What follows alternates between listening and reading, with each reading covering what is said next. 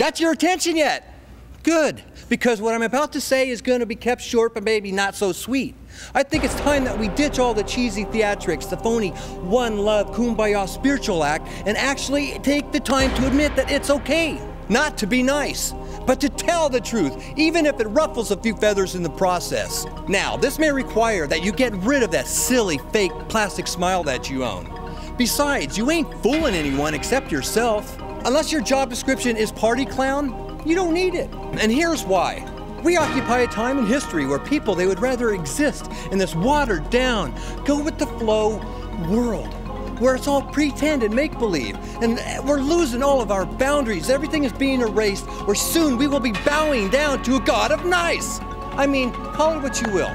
Political correctness, tolerance, passivity, denial, whatever, you get the point.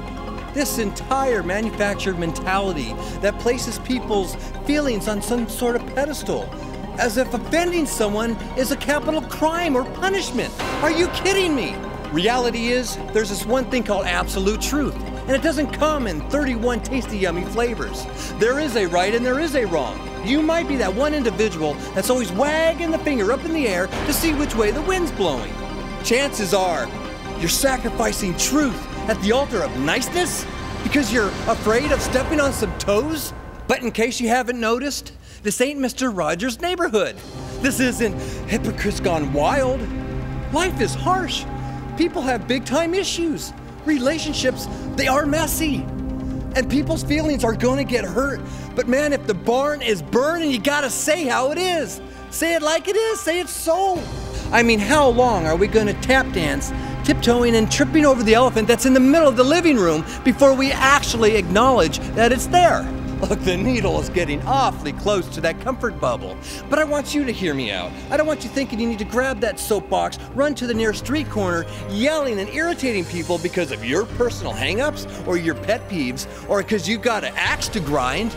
No, righteousness isn't a license for you to hammer onto people because you need a place to blow off steam. No, it's like this. If I have a problem, I need an answer. And to get that answer, I need the truth. I don't want it waxed, twisted, candy-coated, and put with a bow on top. What good is that? Just look at me in the eyes and give it to me straight. Say, hey, you're asleep at the wheel and you're headed down a dead-end road. Just sound the alarm, man. Let the chips fall where they may. I'm not interested in spin, and neither are you.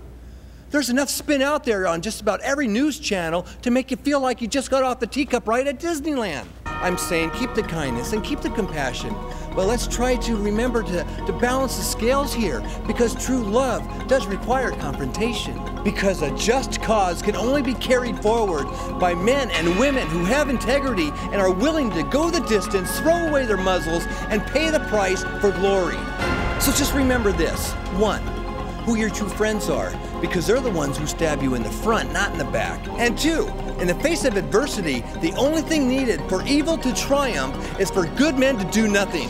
And 3, from the cradle to the grave, life's a short trip, man. And at the end of the day, we all have to answer to the same King, the Lord Jesus Christ. And don't forget, He's the guy who paid the ultimate price for calling a spade a spade. And now it's my turn and your turn to do the same. So what better time to start